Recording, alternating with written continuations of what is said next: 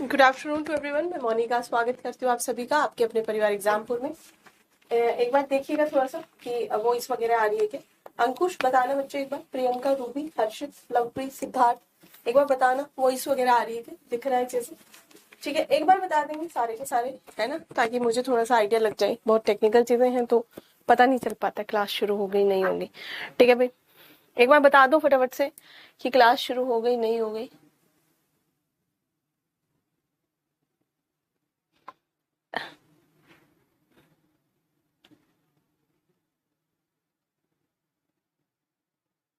Ma'am आपसे एक, ठीक है Ruby, okay Ruby.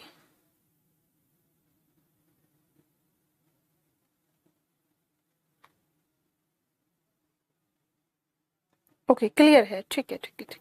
Thank you thank you. Mahabhoj पढ़ना शुरू कर दिया आप लोगों ने कि नहीं करा अभी? महाभोज पढ़ना शुरू कर दिया? महाभोज पढ़ना शुरू कर दो फटाफट से, 2-4 दिन में शुरू करने वाले हैं वहां पर उसे, है ना। गोदान की तो अंतिम चल रहा है अब, गोदान। और आज डेट कितनी रहेगी? 22 जुलाई, है ना। यहाँ पर इसे करेंगे यहाँ से कि भाई अगर हम गोदान की बात करें तो गोदान के बेसिस पर अगर आपको एक सवाल आ जाए कि प्रेमचंद के साहित्य में किसान की क्या स्थिति रही है, तो ओवरऑल साहित्य हम उसकी बात कर रहे हैं। ठीक है, लिखे, वॉइस क्लियर है, चलिए बढ़िया। लिखे भाई, एक सवाल अगर आपको आ जाए, क्वेश्चन क्या है, प्रेमचंद के साहित्य में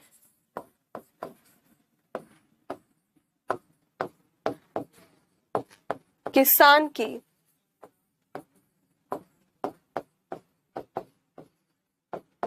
स्थिति का वर्णन करें। चलिए मुझे 4-5 जो है सेंटेंसेस बताएं कि क्या प्रेमचंद के साहित्य में, जब हम बात कर रहे हैं साहित्य की, तो हमारा जो ये क्वेश्चन है ये न केवल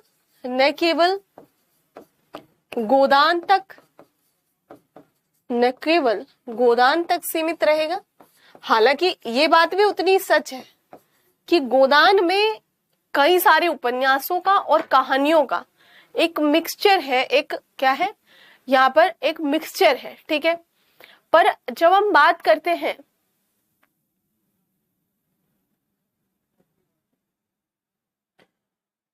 हाँ, आज ही पढ़ लेना महाभोज को। मैंने कहा कि न केवल गोदान तक सीमित रहेगा ये, बल्कि किसान की स्थिति का वर्णन, बल्कि किसान की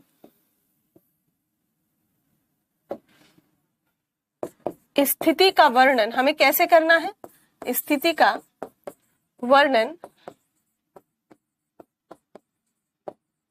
प्रेमचंद के लगभग सभी रचनाओं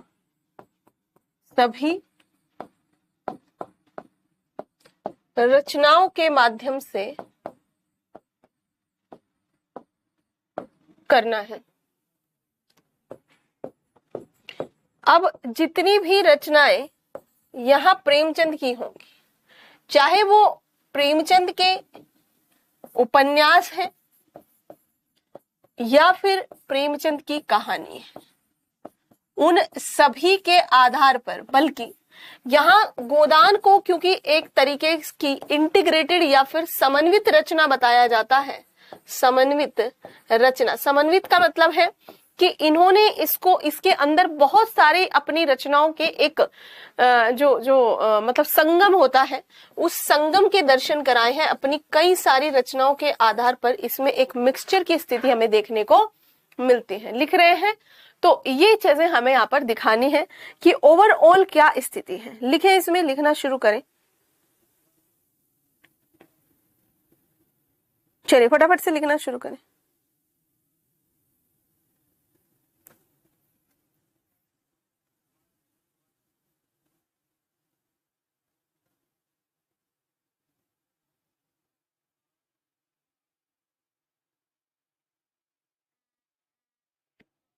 लिखें।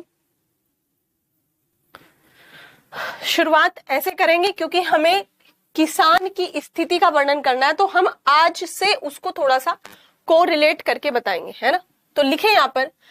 रूबी आप क्या कह रही थी कि वाक्यों को क्या करना है? आप क्या कह रही थी? वाक्यों को, एक मिनट, रिक्वेस्ट है कि आप वाक्य लिखें तो उसे बता दें। व्याख्या, आप व्याख्या कहना चाहते हैं? व्याख्या रूबी, व्याख्या बच्चे आपका कहने का मतलब है कि जब अर्थ बताऊं उसे लिख दूं। मैं देखो, जो मैं यहाँ पर चीजें लिख रही हूँ, टेक्स्ट जो लिख रही हूँ आपके सामने, वो एक मिला जुला स्वरूप है। You can use in the your own question, आप उसे अपने क्वेश्चन के आंसर में यूज कर सकते हो, ठीक है। और व्याख्याओं का अलग से 2 क्लास होगा, जिसमें हम मूल रूप से जो व्याख्याएं आई हैं उनको डिस्कस करेंगे, ठीक है, उनको डिस्कस करेंगे एक बार, राइट। चलिए यहां पर लिखें कि भारतीय व्यवस्था में, भारतीय थोड़ा सा आजकल से जोड़ देंगे, व्यवस्था में हम ये कब की बात कर रहे हैं? ये हम 20वीं सदी के दूसरे तीसरे दशक की बात कर रहे हैं। हमने 34 में लिखा, तो 20वीं सदी का दूसरा दशक कौन सा हुआ? 1920 समथिंग टाइप का, है ना। और 20 से 30-35 के बीच का विवरण उन्होंने किया है अपनी रचनाओं में, ठीक है। तो भारतीय व्यवस्था में 20वीं सदी के दूसरे तीसरे दशक में, औपनिवेशिक दूसरे तीसरे दशक के दौरान, औपनिवेशिक समय में, औपनिवेशिक समय में भारतीय किसान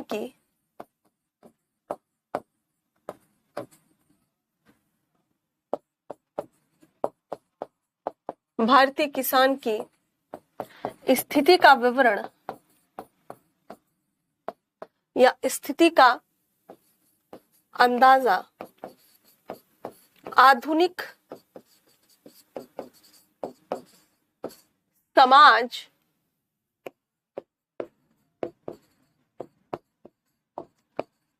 से तुलना करते हुए लगाया जा सकता है। भारतीय समाज में जब आज यानी आधुनिक 2022 में किसान आत्महत्या कर रहे हैं, किसान मर रहे हैं, किसानों के ठीक है, किसानों के पास में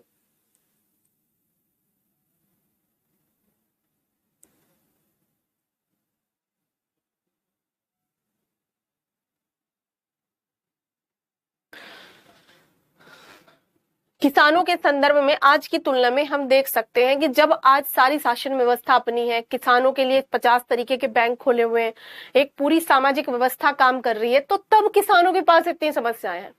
तो औपनिवेशिक शासन में क्या हालत, उपनिवेश तो समझ आता है ना, हम कॉलोनी है किसके? ब्रिटिशर्स के। तो वो हमारा शोषण कर रहे हैं, हमारे किसानों को शोषण कर रहे हैं, दमन कर रहे हैं, उनका एक्सप्लॉइट कर रहे हैं उनको। तो उस समय के किसान और आज के किसान, क्या अंतर होगा भाई, तुम समझ लो, धरती और आसमान का अंतर था। जब आज अपनी सारी चीजें होने के बावजूद भी हमारा किसान परेशान और दुखी है, तो उस समय कितना दुखी होगा, इस चीज को आप यहाँ पर अंदाजा लगा सकते हैं। लिखेंगे आगे कि लिखें कि वर्तमान समय में पूरी मशीनरी या पूरी व्यवस्था भारत की होते हुए भी या लोक कल्याणकारी होते हुए भी, लोगों का कल्याण करने वाली व्यवस्था, लोक कल्याणकारी होते हुए भी, वर्तमान समय में पूरी व्यवस्था लोक कल्याणकारी होते हुए भी किसान आत्महत्या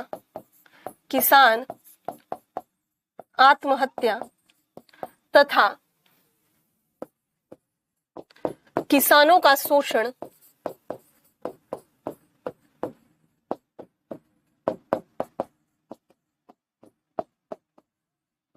एक आम बात है।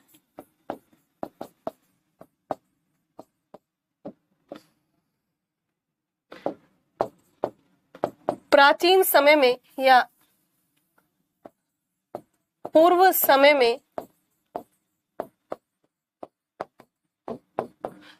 समय में तो ना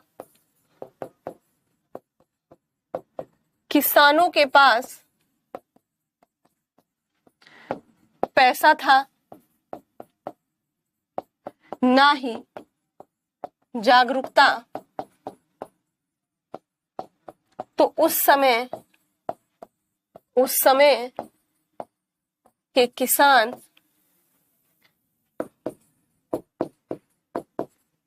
का वर्णन प्रेमचंद ने अपने साहित्य में कर एक बड़े वर्ग को प्रतिनिधित्व प्रदान किया है।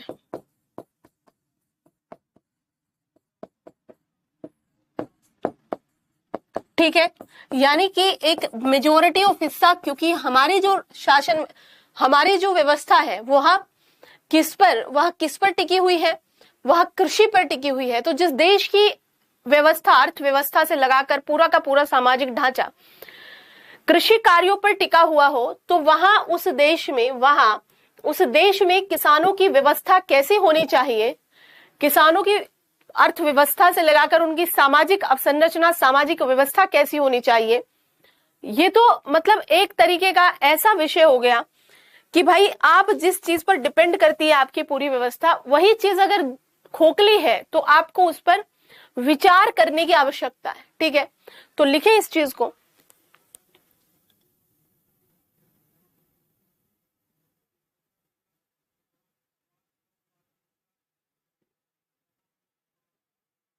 लिखे इसमें, प्रेमचंद ने जो किसान की व्यवस्था को यहां दर्शाया है उसके पीछे उसे राजनीति से जोड़ दो, राजनीतिक परिदृश्य से जोड़ दो। प्रेमचंद के साहित्य में किसान दर्शन, साहित्य में किसानों के उल्लेख के पीछे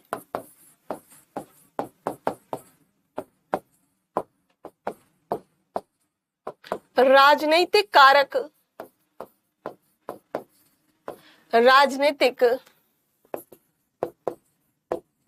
कारक भी जिम्मेदार है। कांग्रेस के विभाजन कब हुआ है? कांग्रेस का विभाजन जब कांग्रेस का विभाजन हुआ, लिखे, जब या भारत में राजनीतिक पार्टी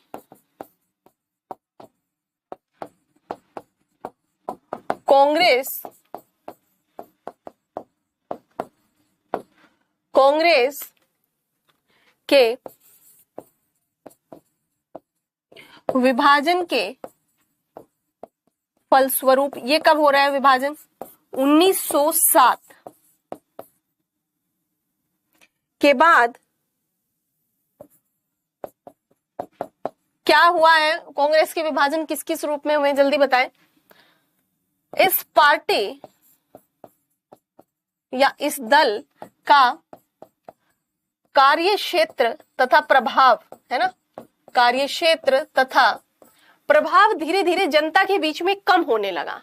ये वही लोग थे जिसमें से बहुत सारे जने जमींदार थे या अन्य कई क्षेत्रीय लेवलों पर बढ़िया किसान थे।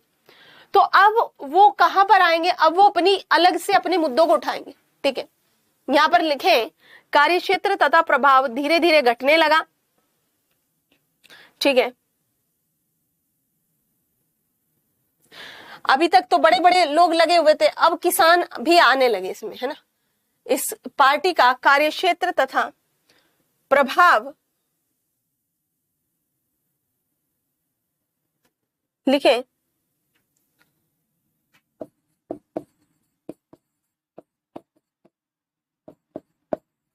कम होने लगा। वर्ष 1914 में प्रथम विश्व युद्ध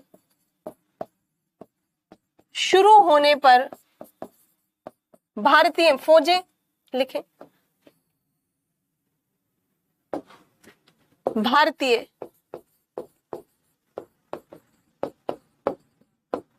फौजें उसमें शामिल हुई।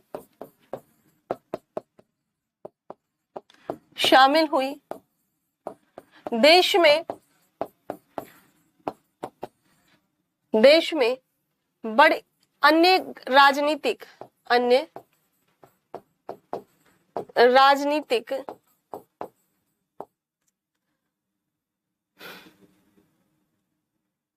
गतिविधियों में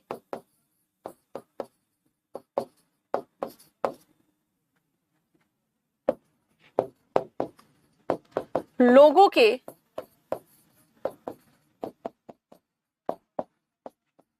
शामिल होने से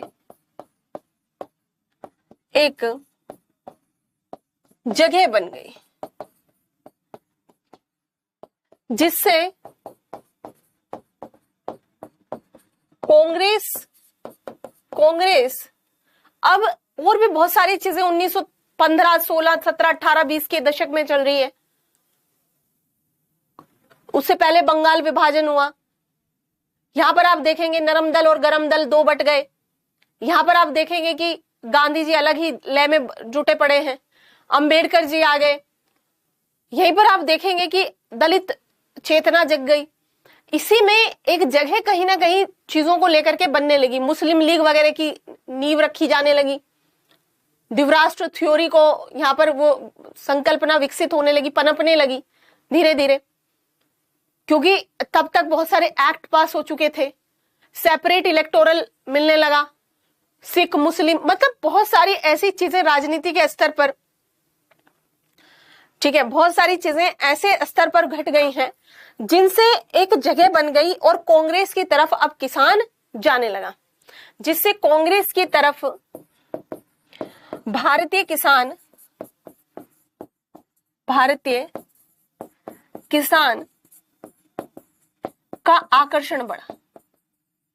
जितने बच्चे कहते हैं कि जीएस से जुड़ सकता है, कि जीएस से हर चीज जुड़ती है, ठीक है, हर ऑप्शनल जुड़ता है। आकर्षण बढ़ गया कांग्रेस की तरफ, यहां पर आकर्षण इसका भी बढ़ते चला गया। ठीक है, आगे चलें।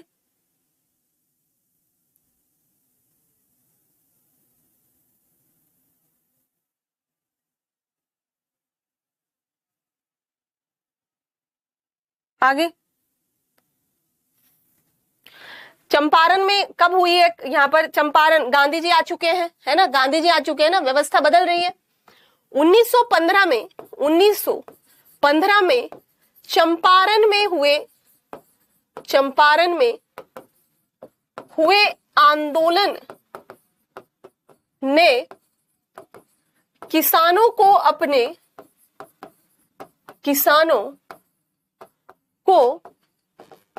प्रति हुए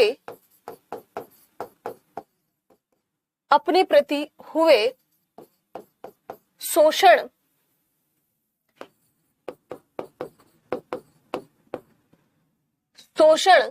तथा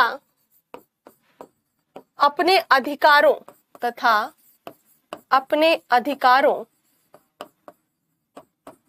के प्रति चेतना का आभास हुआ कि भाई मेरे भी अधिकार है, मेरा यहां शोषण हो रहा है। 1918-19 में 1918-19 में लिखें 1918, क्योंकि गांधी जी के प्रति अब विश्वास बन रहा है कि यह आदमी चाहे जो करा दे, नहीं बोएंगे नील की खेती। अहमदाबाद में, खेड़ा में बहुत सारे ऐसे मिल मजदूरों ने, किसानों ने, कौन है मिल मजदूर जिसके पास जमीन भी नहीं है। तो 1918 तथा 1918-19 ऐसा लिख लीजिए, 1918-19 में किसान तथा देश के कई हिस्सों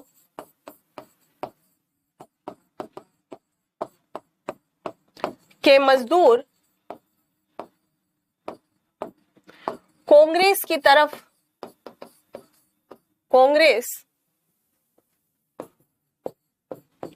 तरफ आकर्षित हुए।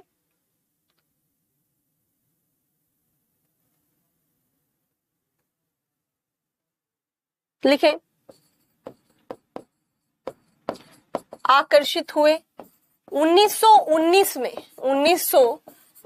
में यहां पर लिख लें, एक प्रस्ताव पारित हुआ 1919 में। कांग्रेस अधिवेशन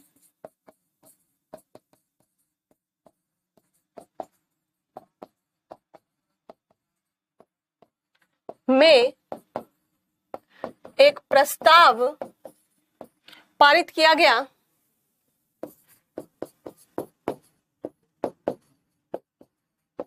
जिसके अनुसार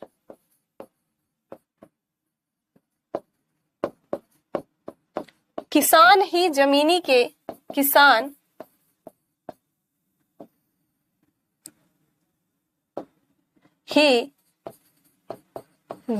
के असली हकदार है।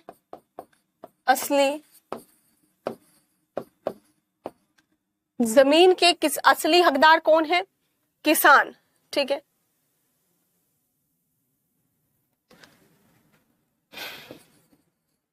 लिख लिया।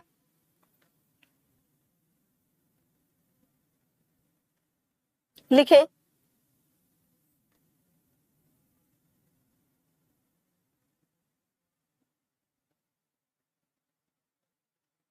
लिख लिया। इसी के साथ साथ, नहीं ऐसा लिखें कि राजनीतिक गतिविधियों या राजनीतिक परिदृश्य के समानांतर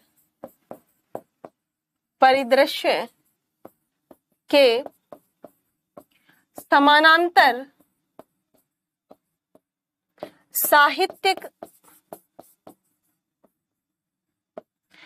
परिदृश्य भी मजबूत होने लगा।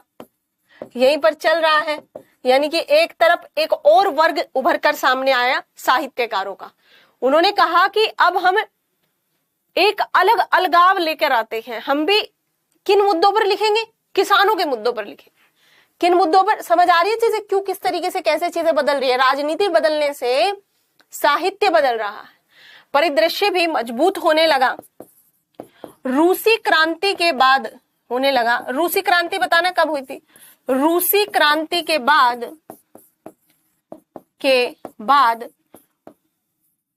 प्रेमचंद के साहित्य में अलगाववाद देखने को मिला। एक नयापन देखने को मिला। लिख लिया, एक नयापन देखने को मिला।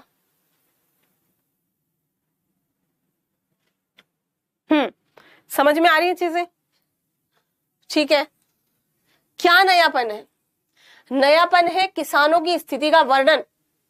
नयापन है उन राजनीतिक जो परिदृश्य बन रहा है, उस राजनीतिक परिदृश्य को साहित्य में उकेरना। राय साहब कह रहे हैं कि बेगार अब क्यों मांग रहे हैं यहाँ आना पैसा, तो बेगार क्या कर रहे हैं? बेगार अनशन में बैठ जा रहे हैं। बेगार कह रहे हैं काम ही नहीं करना, तुम जाओ। गोबर तभी तो कह रहा है इस साहित्य में कि जब हम इनको लगान देते हैं तो ये खुदा थोड़ो हो गए कि हम इनसे डरे भी मरे भी हम इनसे, ठीक है। तो एक नयापन कहां देखने को आया? नयापन देखने को मिलता है प्रेमचंद जैसे साहित्यकारों के साहित्य में। लिख लें इसको जी, समझ में आ रही है चीज?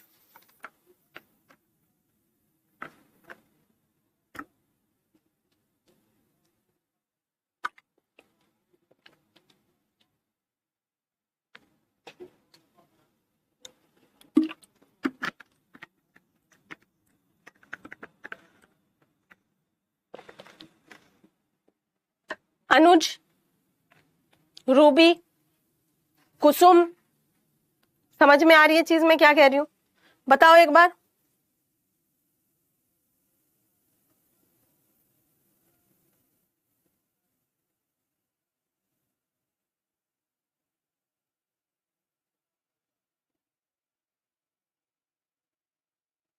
बताओ। हाँ जी, बता दीजिए भाई, कोई बच्चा जवाब देगा?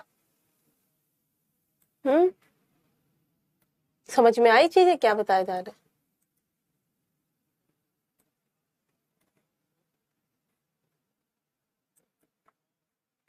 है?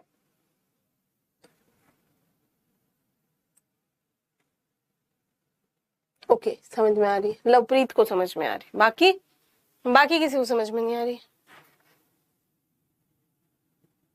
ठीक है अर्पिता। अब प्रेमचंद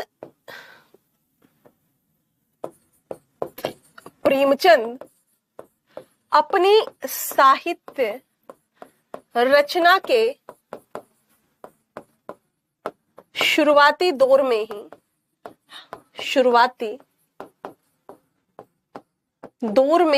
दौर से ही किसानों के प्रति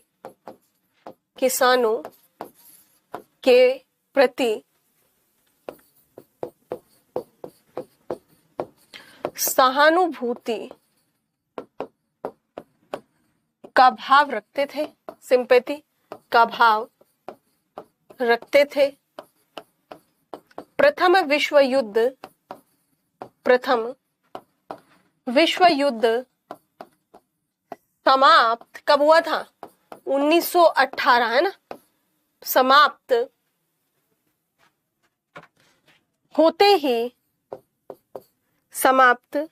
होते ही लिखें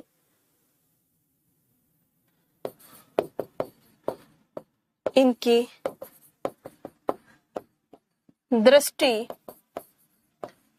दृष्टि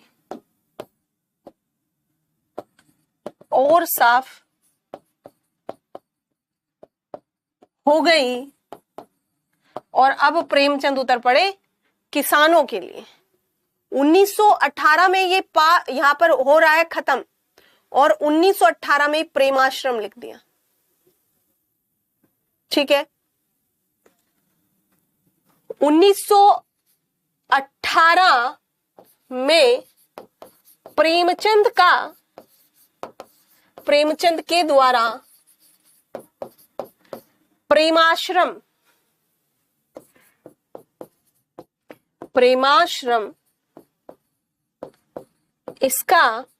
इसकी शुरुआत है, या प्रेमाश्रम को इसकी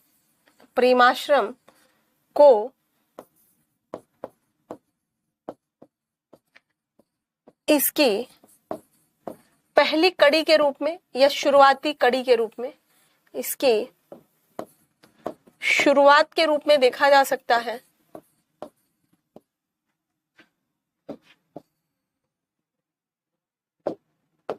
के रूप में देखा जा सकता है, जिसके अंतर्गत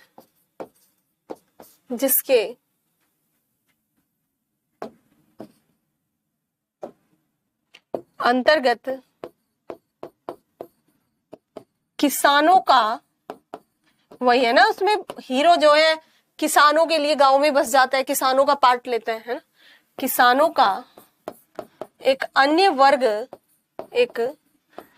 वर्ग के साथ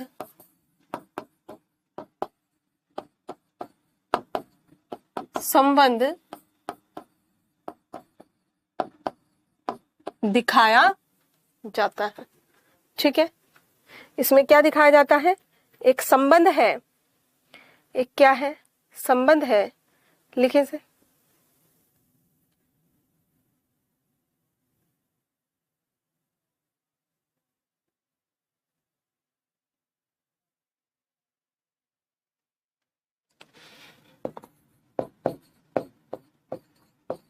ठीक है, किसानों का एक अन्य वर्ग के साथ में संबंध किसमें दिखाया जा रहा है? दिखाया जा रहा है इसमें। ठीक है, प्रेमाश्रम। लिखे प्रेमाश्रम में।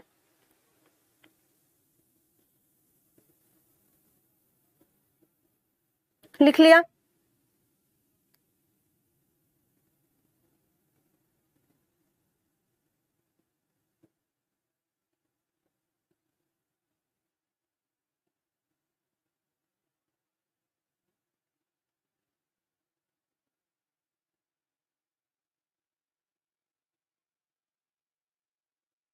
ठीक है, लिखे कि प्रेमाश्रम में, थोड़ा सा कहानी लिख दे प्रेमाश्रम का, अच्छा लगेगा। प्रेमाश्रम में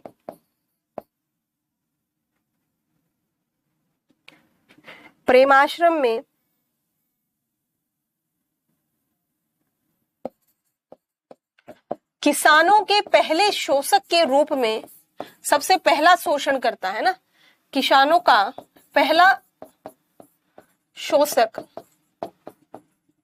चपरासी को दिखाया गया। चपरासी को दिखाया जाता है,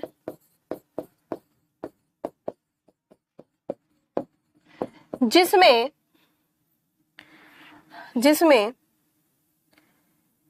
चपरासी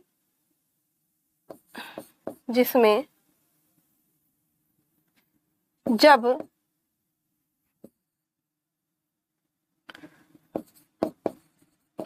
अधिकारियों के दौरे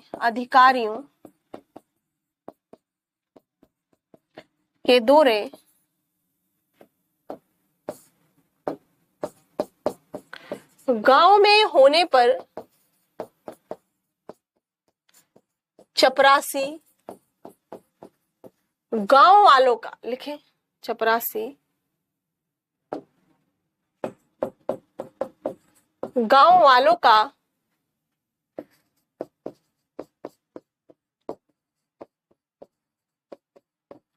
भाग्य विधाता बन जाता है। यानी कि चपरासी इतना घूसखोरी करने लगता है कि मैं उनके बहुत क्लोज, मैं क्या हूं? उनके बहुत क्लोज हूं। मैम इस तरीके से 2024 तक भी सिलेबस पूरा नहीं होगा। मतलब क्यों भाई? को नहीं? खुशेंद्र जी, आपको पता है अभी 22 जुलाई है आज, 24 तक क्यों नहीं होगा भाई? ऐसा क्या हो गया? खैर कोई नहीं, अगले जो जितने भी उपन्यास होंगे 3, उनमें हम पढ़ेंगे 10-10 दिन, यानी कि अगले महीने में हमारा उपन्यास वाला पूरा चैप्टर खत्म हो जाएगा। ठीक है, आधे अगस्त तक। राइट, चले भाई बताएं यहाँ पर मुझे भाई, एप्लीकेशन वगैरह काफी इश्यूज चले बीच में, आप सभी उससे अवगत हैं, है ना? आप सभी उससे क्या है? अवगत हैं। बताएं इसमें, ये लिख लिया?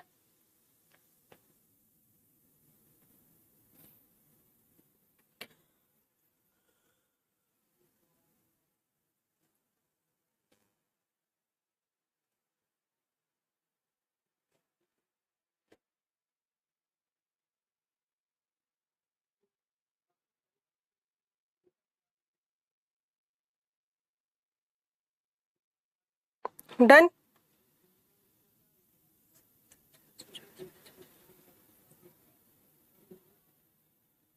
लिख लो।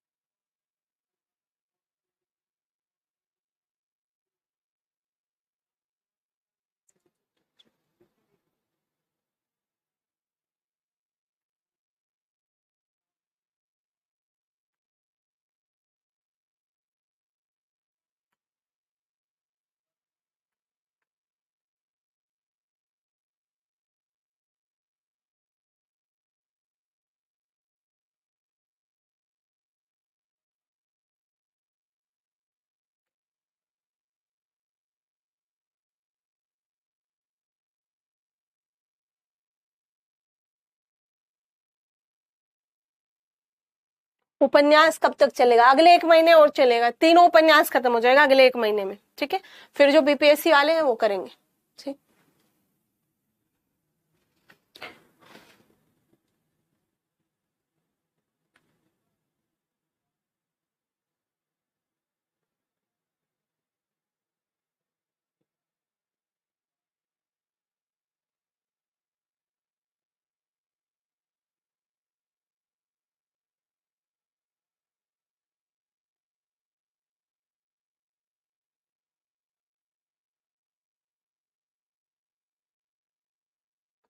लिख लिया?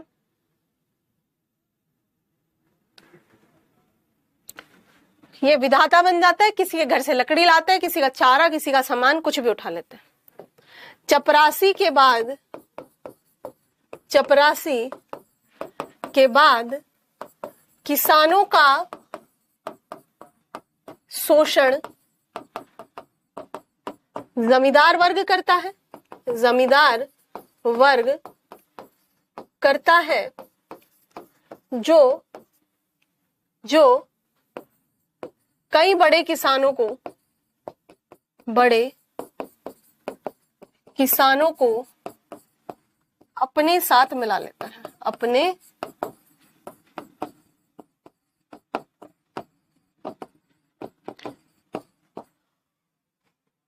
अंत में किसानों का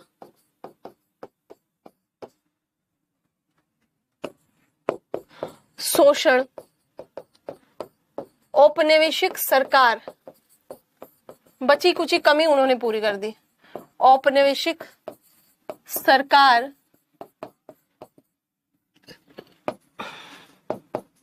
के द्वारा करवाया जाता है। यानी कि प्रेमाश्रम में आप देखेंगे किसानों का शोषण ही शोषण है। नेक्स्ट,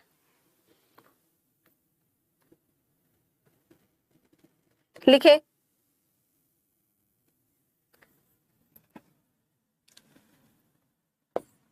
रंगभूमि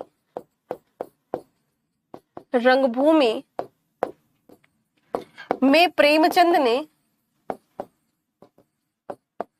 शहरी एवं देहाती संबंध को प्रदर्शित किया है। शहरी और देहाती संबंध संघर्ष है ना, संघर्ष को प्रदर्शित किया है।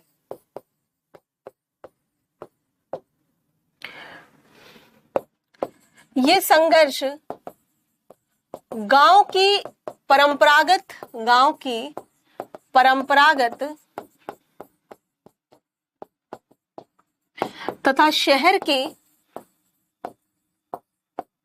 आधुनिक सभ्यताओं के बीच है। आधुनिक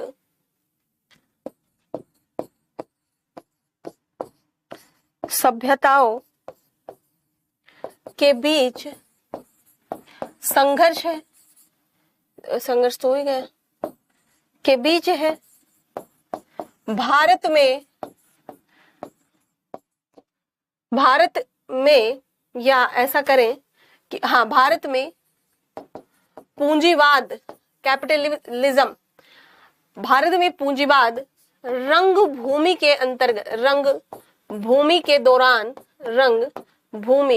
दौरान अपने शैशवावस्था में है ना, अपनी शैशवावस्था यानी कि शिशु अवस्था में दिखाई देता है।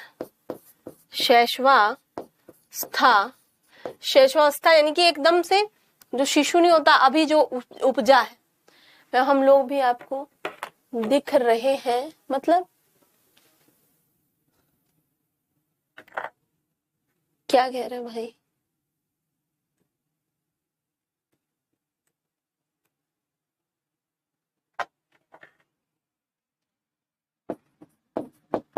में देखा जा सकता है। ये एक अलग फेज है प्रेमचंद के साहित्य का, लिख लें। शैशवावस्था में यहाँ पर इसको देखा जा सकता है। डन।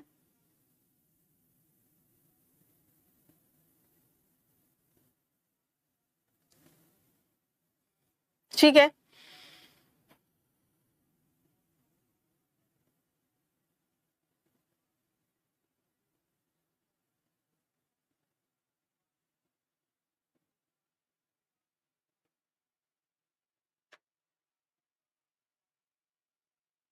लिख लिया। रंगभूमि के नायक, रंग भूमि के नायक सूरदास के पास अपने बाप दादाओं की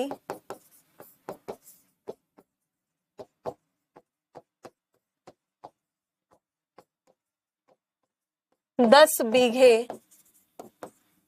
बीघे जमीन है जिस पर वह भैंस चराता है, उससे कोई आमदनी नहीं है ना, उससे कोई आमदनी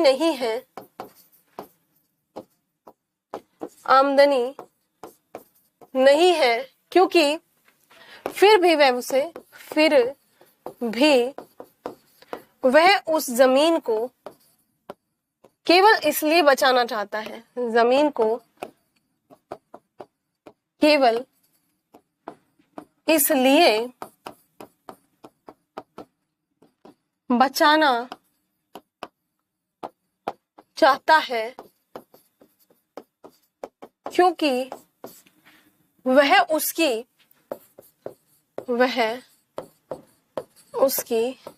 पुश्तैनी संपत्ति है, बाप दादाओं की है, पुश्तैनी संपत्ति है। जनसेवक उसकी इस जमीन या सूरदास की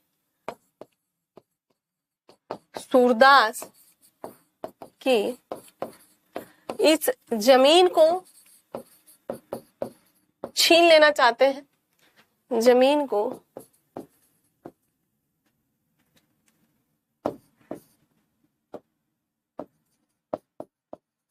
छीन लेना चाहते हैं। अतः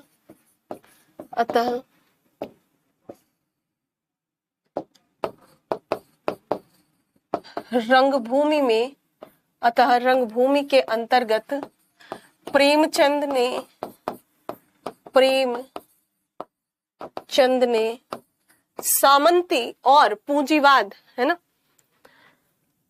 सामंतवाद और पूंजीवाद, लिख लें इसको।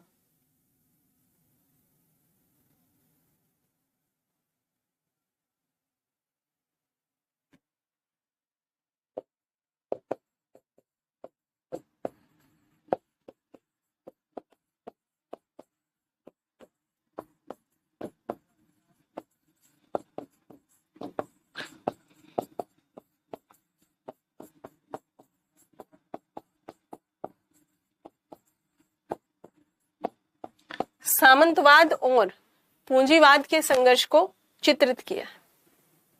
ठीक है,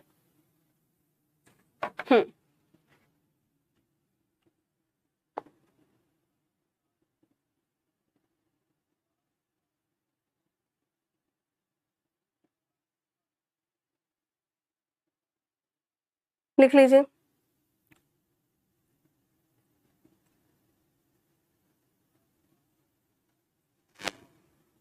डन। प्रेमचंद के सबसे सशक्त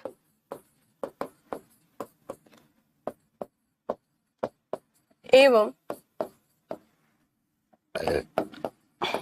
महान उपन्यास गोदान में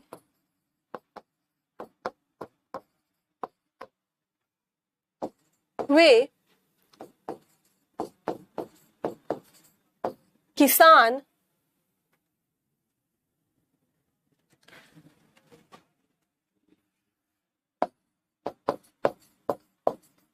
भारतीय किसान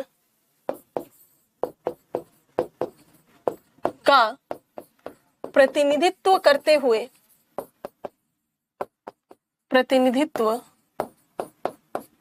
हुए होरी के चरित्र को गढ़ते हैं। होरी के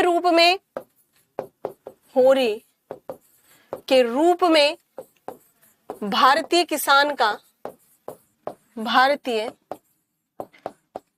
का अति सरल,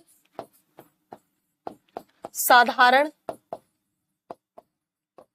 तथा जैसा वह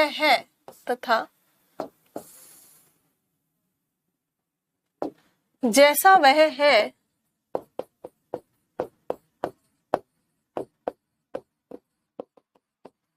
वैसा दिखाने का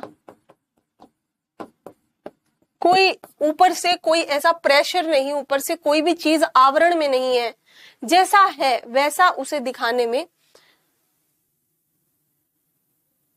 का प्रयास करते हैं। ठीक है, दिखाने का प्रयास करते हैं।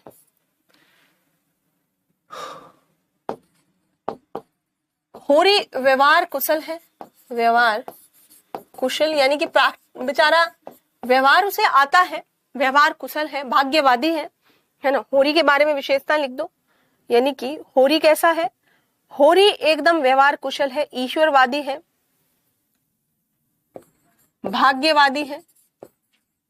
भाग्यवादी, ईश्वर में विश्वास रखने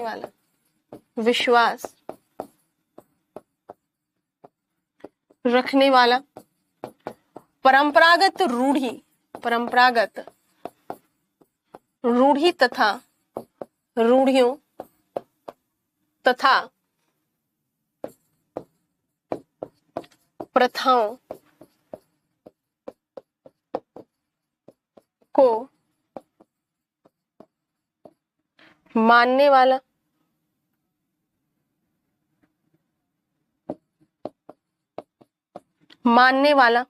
परंपरागत रूढ़ी तथा प्रथाओं को मानने वाला एक साधारण किसान। लिख लो।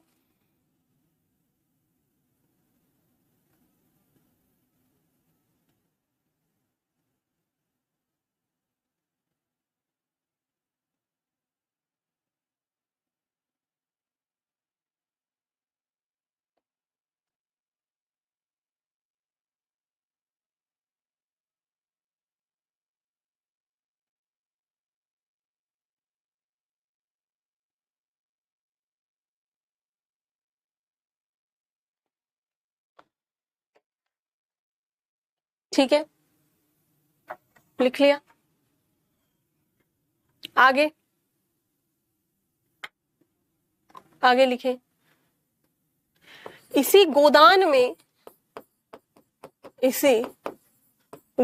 में होरी के बेटे गोबर को युवा चेतना से सराबोर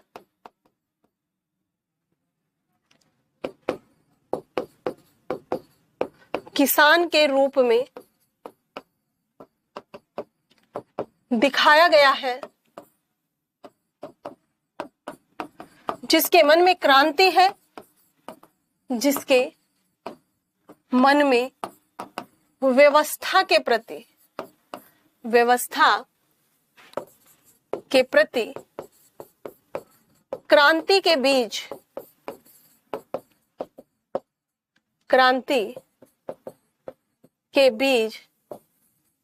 पनप रहे हैं। वो कहता है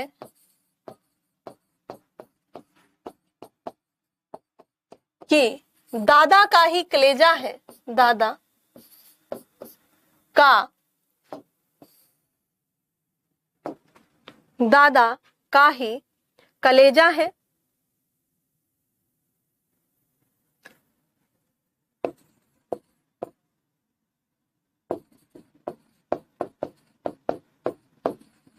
जो इन सब को सहते हैं, मुझसे तो एक दिन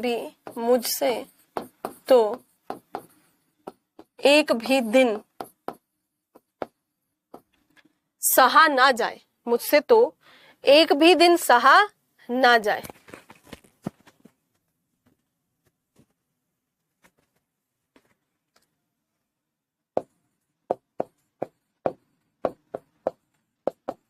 आशय यह है, ये क्या है, ये इसकी लोकोक्ति, ये कहावत है, ये यहाँ पर ये है कोटेशन, ठीक है, कोटेशन को अंडरलाइन कर रही हूं मैं, ठीक है, कोटेशन है, ये है, इन्होंने कहा है ऐसा।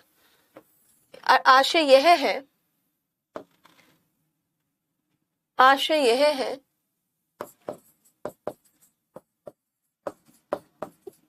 कि युवा किसान परिस्थितियों को समझते हुए, युवा किसान परिस्थितियों को समझते हुए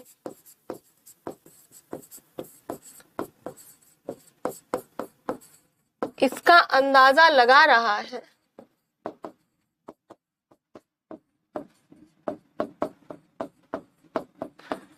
कि क्या सही है वह क्या गलत। यानी कि जो यूथ फार्मर है, जो अगला फार्मर है, वो इस चीज को अंदाजा लगा पा रहा है कि भाई तेरे लिए क्या सही है, क्या गलत है।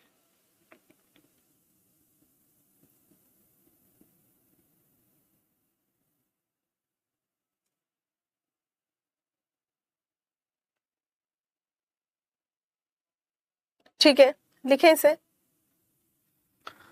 लिख लिया। प्रेमचंद ने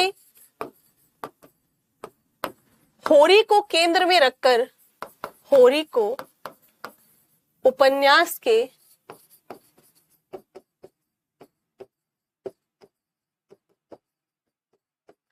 केंद्र में रखकर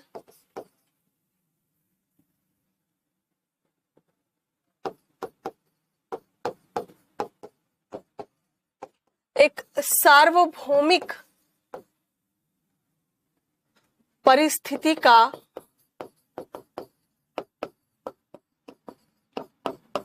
वर्णन किया है।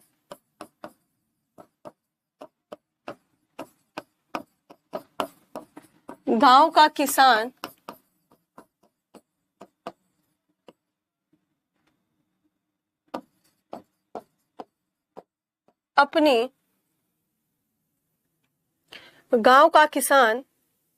अपनी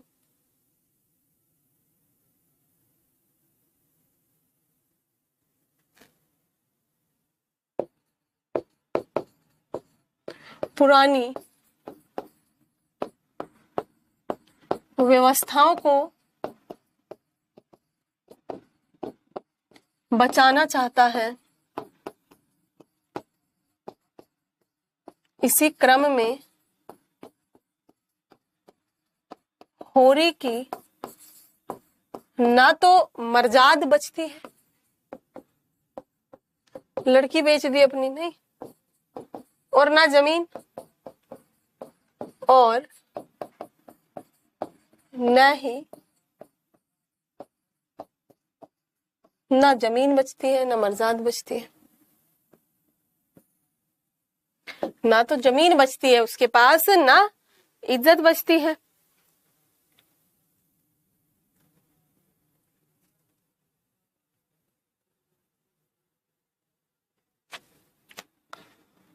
होरी का बेटा गोबर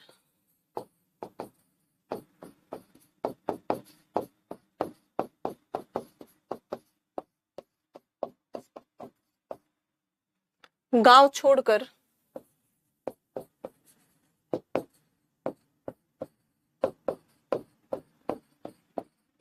शहर में शरण लेता है,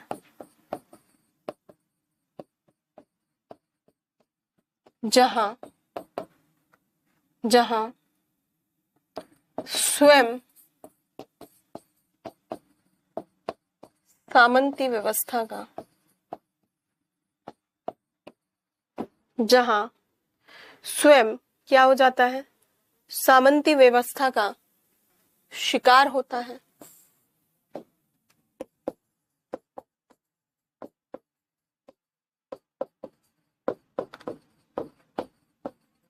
तथा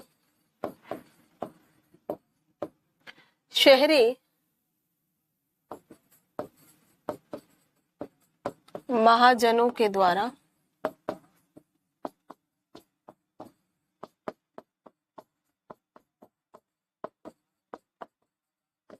शोषित होता है।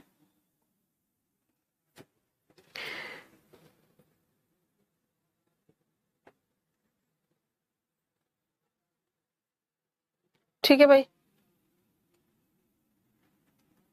नोट कर लिया भाई। ओके ओके रूबी, ठीक ठीक ठीक ठीक है, ये चीज समझ में आ गई। ओके चलो भाई, आज बिल्कुल हिम्मत नहीं है वैसे पढ़ाने की, बट 1 घंटा मैंने लिया जैसे भी।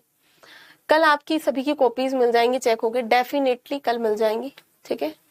और थोड़ा पढ़ने का तरीका बदलते हैं, सारा नहीं लिख पाऊंगी मैं, कुछ पीडीएफ लगाते हैं, पीपीटी लगाते हैं, और कुछ बोर्ड पे लिखते हैं, ताकि आप भी समझो और मुझे भी आसानी रह जाए। सारा लिखने के बाद एग्जॉस्ट हो जाता है, ठीक है।